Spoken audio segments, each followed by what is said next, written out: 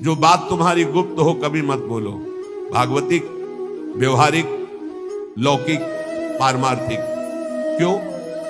लोग उपहास करेंगे, तुम्हारी बात की गहराई को नहीं समझ पाएंगे। अगर आपसे कोई गलती भी हो गई है तो महापुरुषों से बोलो, संसारियों से नहीं। हमें लगता है बोलने की जरूरत नहीं, वो खुद जान जाएंगे, वो कृपालु हैं, वो हमें संभाल लेंगे। संदेह वाली वस्तु, संदेह वाले व्यक्ति, संदेह वाला आचरण कभी मत करो। जिस व्यक्ति पर संदेह हो कभी मत मिलो, जिस वस्तु में संदेह हो कभी मत खाओ, जिस आचरण पर संदेह प्रमाणित ना हो कभी मत करो। बहुत ध्यान से सुनना बहुत जरूरी है। हम आपके लिए भोग बना करके लाए और आपकी दृष्टि में तत्काल अंदर आया, नहीं पाना चाहिए, बिल्कुल नहीं पाना, चाहे अमृत हो, हटाओ उसको, बिल्कुल नहीं पाना। ये भागवतिक संकेत होते हैं। जिस व्यक्ति के मिलने में संदेह लगे, ये हमें कम समझ में आया, कभी नहीं मिलना चाहिए। जिस वस्तु में संदेह हो जाए कभी नहीं पाना चाहिए। जिस क्रिया में संदेह हो जाए कभी नहीं करना चाहिए। भगवत मार्ग के पथिक को जो बात अपनी गुप्त हो उसे कभी प्रकाशित नहीं करना चाहिए। भविष्य की चिंता भक्त नहीं करता। अगर भविष्य की चिंता कल क्या होगा तो तुम शरणागति में कलंक हो। लाभ और हानि ये हमारे सामने कोई मान्यता नहीं रखते। इसमें हम प्रभु के विधान को देखकर प्रसन्न होते हैं। दूसरे की चर्चा कभी मत छेड़ो, दूसरे की बात मत करो। हर समय प्रसन्न रहो, ध्यानस्थ रहो। रजोगुणी तमोगुणी भोजन चाहे जितना सुंदर दिखाई दे कभी मत पाओ। रजोगुणी तमोगुणी लोग चाहे जितना सुंदर व्यवहार करे कभी सहवास मत करो, इनका दूर रहो। ये महापुरुषों के वचन है। यदि तुम्हारे पास कोई भोग सामग्री संग्रह हो गई है तो वो तुम्हारे धर्म के सेवन के लिए, दूसरों के हित के लिए, तुम्हारे भोग के लिए नहीं है। ये ओछी प्रवृत्तियों वाले पर संदेह वृत्ति रखो। गलत आचरण करने वाले, ओछा बात बोलने वाले, इन पर कभी प्रियता नहीं रखनी चाहिए। बहुत बड़ी हानि होती है, पक्का समझ लें, बहुत बड़ी हानि होती है। यह हर उपासक को सावधान रहना चाहिए, चाहे स्त्री शरीर हो चाहे पुरुष शरीर हो। जहां कहीं ओछी प्रवृत्ति, देखो एक दृष्टि में पता चल जाता है कि यह सामने वाला कैसे देख रहा है, कैसी हरकत है, कैसा, एक दृष्टि में। भगवान ने इतना ज्ञान तो सबको दिया है कि एक मिनट में, एक दृष्टि में फाइनल हो जाएगा कि आदमी संग करने लायक है या नहीं लायक है। या ये चाहे कोई भी हो, कोई भी हो, एक दृष्टि में पता चल जाता है।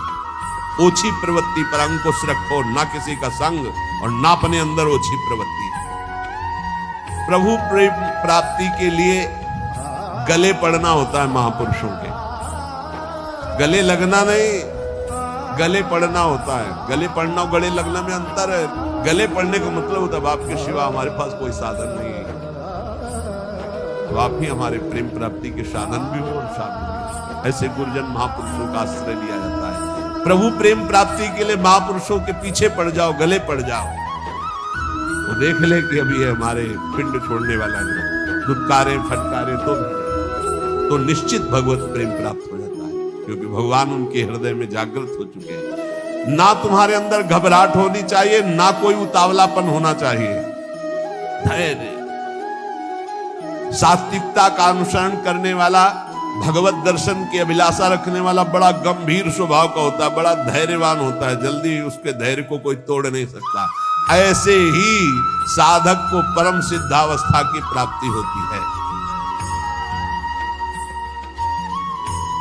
जब तुम्हारे कहीं कोई पाप कर्म करने का अवसर आवे तो शर्मा जाओ, लज्जा कर लो, धिक्कार है अपने को, हटो वहां से।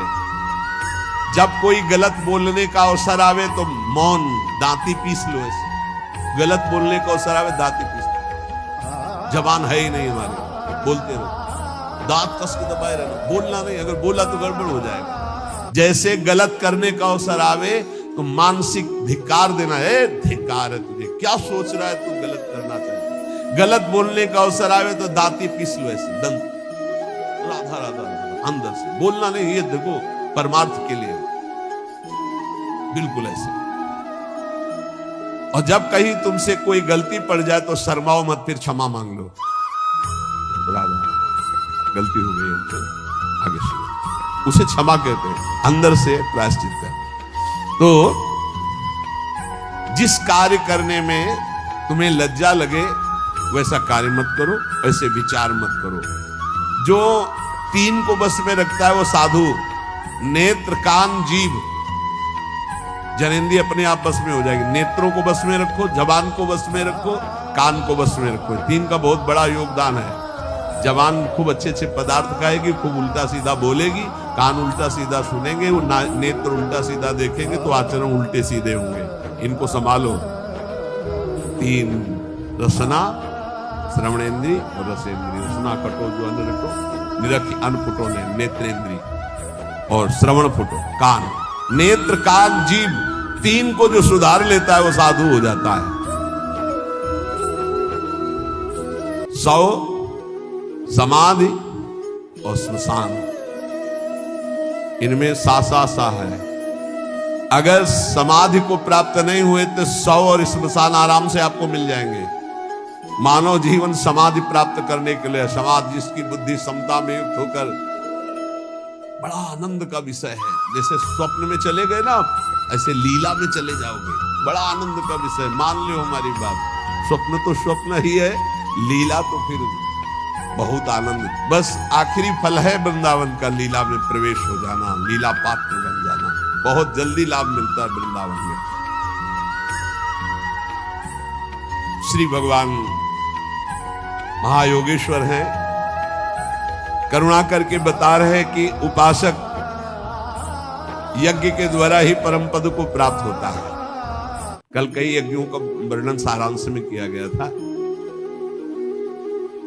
ब्रह्म यज्ञ, प्रत्येक कर्म में कर्ता करण क्रिया पदार्थ सब कुछ ब्रह्म रूप है, ऐसा अनुभव करना ब्रह्म यज्ञ, जो कल वर्णन हुई थी। ब्रह्मार्पणम ब्रह्म हवि ब्रह्माग्नो ब्रह्मणाहुतम ब्रह्मविद्यम गंतव्य ब्रह्म कर्म समाधिना। इसी को भगवद अर्पण रूपी यज्ञ की व्याख्या कल की थी। संपूर्ण क्रियाएं, संपूर्ण पदार्थ भगवान के हैं और भगवान के लिए कर रहे, ये भगवद अर्पण रूपी यज्ञ है।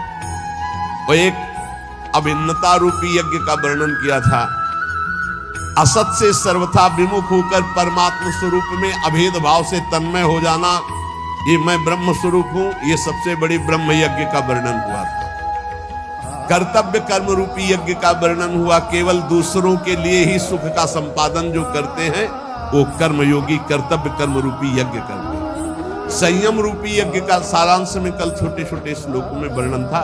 एकांत काल में अपनी इंद्रियों को विषय में प्रवृत्त ना होने देकर परमात्मा में लगाना, ये संयम रूपी यज्ञ है। विषय हवन रूपी यज्ञ, व्यवहार काल में इंद्रियों का विषयों से संयोग होने पर उनमें राग द्वेष पैदा ना होना और परमात्मा स्वरूप में स्थित रहते हुए विषयों का सेवन करना, ये विषय हवन रूपी यज्ञ है। समाधि रूपी यज्ञ, मन बुद्धि सहित संपूर्ण इंद्रियां प्राणों की क्रियाओं को रोककर ज्ञान से प्रकाशित सम में स्थित हो जाना, रेचक कुंभक प्राणायाम आदि का जो वर्णन था। अब द्रव्य यज्ञ का वर्णन, संपूर्ण पदार्थों को जो अर्थ के द्वारा प्राप्त होते निस्वार्थ भाव से दूसरों की सेवा में लगा देना द्रव्य यज्ञ कहलाता है। तपो यज्ञ, अपने कर्तव्य का पालन करने के लिए काम क्रोध लोभ मोह मद मत्सर इन सब के वेगों को सहकर इंद्रिय और मन को प्रसन्नता पूर्वक भगवान में लगाना, हर वेग को सहकर, इसे तपो यज्ञ कहते हैं। एक योग यज्ञ है, कार्य की सिद्धि असिद्धि में फल प्राप्ति में हर्ष शोक न होना, समान भाव रखना, सुख दुखे समय कृत्वा लाभा लाभो जया जयो, ये योग सिद्धि है, ये योग यज्ञ है। स्वाध्याय रूप ज्ञान यज्ञ, शास्त्रों का स्वाध्याय करना, नाम जप करना, नाम कीर्तन करना, ये स्वाध्याय ज्ञान रूप यज्ञ।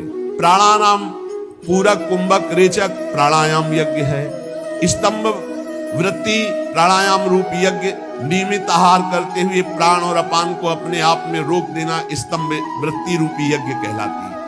इतनी यज्ञों का वर्णन कर सारांश में हुआ। इसके बाद भगवान कहते यज्ञ शिष्टामृत भुजो यान्ति ब्रह्म सनातनम नायम लोकोस्ति यज्ञस्य कुतोन्यः कुरुषोत्तमो। हे कुरुवंशी श्रेष्ठ अर्जुन, यज्ञ से बचे हुए अमृत का अनुभव करने वाले सनातन परब्रह्म परमात्मा को प्राप्त होते हैं। यज्ञ ना करने वाले मनुष्य के लिए ये मनुष्य लोक भी सुखदायक नहीं, फिर परलोक कैसे सुखदायक होगा। तो भगवान का यहाँ क्या कथन है, यज्ञ शिष्टामृत भुजो यान्ति ब्रह्म सनातन। निष्काम भाव से तुम्हारे पास जितनी भी वस्तु सामग्री है परिवार और समाज की सेवा में लगा देना, और जो आपको सेवा के बाद बच रहा उसका सेवन करते हैं, एक ऐसा और एक दूसरा। श्री भगवान को विराजमान करके, सब श्री भगवान की वस्तु है, जो भी प्रसाद पाए भगवान को अर्पित करके वो यज्ञाशिष्ट अमृत भुजो है, वो अमृत भोजन है। मरने वाली सब वस्तुएं अमृत कैसे अनुभव करा सकती हुई, अमृत भगवान है। जब हम भोग लगा देते हैं तो वो प्रसाद अमृत हो जाता है। ऐसे तो अमृत वस्तुएं हैं, सब मृत्यु लोक की जितनी भी वस्तुएं सब मृत हैं, सब नष्ट होने वाली, पर जब हम प्रभु को अर्पित कर देते हैं तो वो प्रसाद हो जाता है, चरणामृत हो जाता है, उच्छिष्टामृत हो जाता है। इन वस्तुओं को जब हम प्रसाद रूप से स्वीकार करते हैं तो ये हमें भगवत प्राप्ति करा देते हैं। बहुत सरल भाषा में समझो, तुम्हारे पास जो भी वस्तुएं हैं भगवान को अर्पित करके परिवार की सेवा में, समाज की सेवा में, स्वयं शरीर की सेवा में वो प्रसाद हो जाए। बिना अर्पित किए न वस्त्र पहनो, न भोजन पाओ, न पानी पियो, क्योंकि भगवान कहते हैं जो यज्ञ से अवशिष्ट वस्तु का भोग करता है वही परम पद को प्राप्त होता है, ब्रह्म को प्राप्त होता है। यज्ञ ना करने वाला मनुष्य लोक में नहीं सुखी रहेगा, फिर परलोक की बात क्या है। एवं बहुविधा यज्ञा वितता ब्रह्मणो मुखे कर्मजान विदितान सर्वानेवं ज्ञात्वा विमोक्षसे। बहुत तरह की यज्ञ वेद शास्त्रों में वर्णन किया गया है, विस्तार से वर्णन है। उन सब यज्ञों को कर्मजन्य जान। इस प्रकार जो यज्ञ को जानता है वो कर्म बंधन से मुक्त हो जाता है। कोई भी कर्म भगवान को बिना समर्पित किए नहीं रहना चाहिए, और भगवान को पाप कर्म समर्पित नहीं किया जाता। कोई भी पदार्थ भगवान को समर्पित किए बिना नहीं पाना चाहिए, और भगवान को सात्विक भोग संपन्न करके ही भोग लगाया जाता है। उसमें तामसिक बिल्कुल नहीं, इसीलिए प्याज लहसुन तक मना किया गया है। भगवान को हम वही अर्पित कर सकते हैं जो शास्त्र प्रमाणित है, मनमानी नहीं। जैसे किसी ने हमको दिखाया था मोबाइल में कि एक गोपाल जी को ये सब्जी को वेज कहते हैं और बिना वो उसको क्या कहते हैं, हाँ, उसका भोग लगाते हुए दिखाया था कि हमारे गोपाल जी तो सब नरक की प्राप्ति होगी। ध्यान रखना, राक्षसी प्रवृत्ति का प्रयोग मनमानी मत करो कि तुम्हें कोई डांटने वाला नहीं, तुम घर में गोपाल जी विराजमान कर लिए तो जो मना है सो कर सकते हो। नहीं दिखाना चाहिए, नहीं देखना चाहिए, नहीं करना चाहिए, ऐसा बिल्कुल नहीं करना चाहिए। ऐसा तो राक्षस भी नहीं करते थे। आप तिलक लगाए हो, आप कंठी बांधे हो और आप ठाकुर जी को राक्षसी भोग लगा रहे हो, कहते हमारे गोपाल जी जो मनाएगा तो हम खवाएंगे। ऐसा नहीं, मनमानी नहीं। तस्मात् शास्त्रम प्रमाणम ते कार्याकार्यो व्यवस्थित हो। ऐसा करोगे तो ठाकुर जी को फिर जो भाएगा वो करेंगे, और उनको जो भाता है तो ये सारी माया उन्हीं की भावना है। ध्यान रखना, उनकी मुस्कुराहट से माया पैदा हुई, उनकी पीठ से अधर्म पैदा हुआ, उनकी छाती से धर्म पैदा हुआ। कैसे मनमानी आचरण कर सकते हैं आप? आप ठाकुर जी को वही कर्म अर्पित कर सकते हैं जो शास्त्र सम्मत है। आप वही भोग लगा सकते हैं जो संत सम्मत है। ऐसे नहीं मनमानी, आपकी मनमानी आचरण नहीं। गोपाल जी भी वही करते हैं जो बोलते हैं। गोपाल जी भी संतों की बात की रक्षा करते हैं। ऐसा नहीं कि मनमानी तुम करो, सबकी अवहेलना करके। तुम्हारे घर में तुम जाओ और श्री विग्रह खरीद लो और मनमानी व्यवहार करो, तो आप क्या समझते हो? भगवत पार्षद आपको दंड दे देंगे। समय आने पर देख लेना, फिर न तुम्हें गोपाल जी दिखाई देंगे और न कोई भगवान की कृपा दिखाई देगी। मनमानी आचरण नहीं। कहीं भी कोई अपने घर में ठाकुर जी ले गए तो सर्वांतर्यामी भगवान की उपासना संतों के अनुसार करो, शास्त्र के अनुसार करो, नहीं तो ना इस लोक में सुखी रहोगे ना परलोक में सुखी रहोगे। एवं बहुविधा यज्ञा वितता ब्रह्मणो मुखे। जो शास्त्र में वर्णन किया गया वैसे किया जाता, मनमानी आचरण नहीं किए जाते। हमें बहुत दुख हुआ तो उन्होंने दिखाया कि वो तिलक भी लगा था और वे कहते कि हमारे घर में हमारे ठाकुर जी भाई हम तो जैसा चाहेंगे वैसा पाएंगे, हम अपने बेटे को जैसे पवा सकते हैं। वसुदेव देवकी जी से कहा था ध्यान रखना मैं तुम्हारा पुत्र बन रहा हूं, लेकिन ये ध्यान रखना मैं कौन हूं, मैं ब्रह्म हूं, ब्रह्म की प्रतिष्ठा हूं, तुम्हारा बालक बन रहा हूं, इतना जरूर ध्यान रखना, नहीं तुम मेरी माया से मोहित हो जाओगे। ये ध्यान रखना मैं ब्रह्म हूं। इसीलिए जहां जिस भक्त के यहाँ भगवान पुत्र बने तो पहले भगवान के रूप में प्रकट हुए कि तुम हम जब पुत्र बनेंगे ना तो तुम हमारी महिमा नहीं जान पाओगे। पहले देखो, जब कौशल्या जी ने देखा ओ अद्भुत भगवान, तब माता पुनि बोली सोमति डोली तजहु ताते रूपा कीजे शिशुलीला। आपने वरदान दिया था कि मैं बालक बनूंगा, तब बालक बन गए। सुन बचन सुजाना रोदन ठाना होई बालक स्वरूप। वो सिद्ध महापुरुषों को तो आदेश कर रहे कि ध्यान रखना मैं ब्रह्म हूं, तुम्हारा बालक बनने जा रहा हूं, और तुम गोपाल जी को मनमानी आचरण करवाओगे, ऐसा नहीं है, कभी ऐसा नहीं। वैष्णव पद्धति से सेवन करो ठाकुर जी की। ये कलिकाल कैसा दुष्ट स्वभाव पैदा हो रहा है कि हम मूर्ति खरीद ले, श्री विग्रह खरीद ले और जैसा अनाचार दुराचार चाहे वैसा भोग लगावे, जैसा चाहे व्यवहार करें, नरक की प्राप्ति होगी, पक्का समझ लो। और अगर धर्म और शास्त्र के अनुसार चलोगे तो वही यज्ञ, वही सेवा, वही पूजा भगवान की प्राप्ति करा देगी। अरे कितने उदाहरण उनके दिमाग में भरे हैं, ऐसे से ऐसा हुआ, ऐसे से ऐसा हुआ। मतलब भगवान ऐसे लोगों को उदाहरण भी दे देते, समझा देते हैं। वो भगवान ने ऐसा किया था, भगवान ने वैसा किया था। भगवान ने एक कोयला मुंह में जला के जबान में रखो, फिर बोल के दिखाओ। भगवान ने आग पी थी, तुम पियोगे आग? पूरा दावानल पी गए थे। भगवान ने गिरिराज जी उठाए, भगवान ने जो किया तुम कुछ कर सकते हो क्या? देवराजेंद्र घुटनों में आकर के बैठ गया था जब वर्षा की थी। एक ओला सहने की सामर्थ्य नहीं, वो पूरा खंबे की धार बरसा रहा था। पूरे ब्रजमंडल की रक्षा ठाकुर जी ने गिरिराज उठा, सुदर्शन चक्र ऊपर से थोक लेता, नीचे कुछ एक बूंद भी गिरिराज जी की तलहटी में पानी न जाने पावे। इसलिए सर्प का जो वासुकी शेषनाग ऐसे मंडलाकार मेड़ बनाए हुए थे। भगवान भगवान ये आजकल कलयुगी भगत भगवान को ऐसे अशुद्ध भोग लगाने की चेष्टा करते हैं। हम जो खाएंगे भगवान, तुम क्यों खाओगे? तुम क्यों खाओगे? तो भगवान विराजमान किए हो तो उसी मर्यादा से भोग लगाओ। नहीं तुम जो खाओगे भगवान को खाओगे तो भगवान ने जो जो बनाया वो तुमको भी भोगना पड़ेगा। नरक भी बनाया मेरे भगवान ने, बड़े बड़े भयंकर रोग बनाए, बड़े बड़े भयंकर दंड बनाए। होश में चलो। तस्मात् शास्त्रम, ये भगवान के वचन है। तस्मात् शास्त्रम प्रमाणम ते कार्याकार्यो व्यवस्थित हो। देखो भगवान ही बोल रहे हैं ये श्लोक। एवं बहुविधा यज्ञा वितता ब्रह्मणों मुखे। ब्रह्मणों कहते हैं वेदज्ञों को, वेद कहते हैं जो समस्त जानकारी को प्रदान करता है। जो वेदवाणी कह रही हो ब्रह्म स्वरूप है, उसके अनुसार ही यज्ञ करो, शास्त्र के अनुसार करो, संतों की आज्ञा के अनुसार करो, मनमानी आचरण नहीं। अगर तू मनमानी आचरण करेगा तो इस लोक में भी नहीं सुख को प्राप्त होगा, परलोक में नहीं।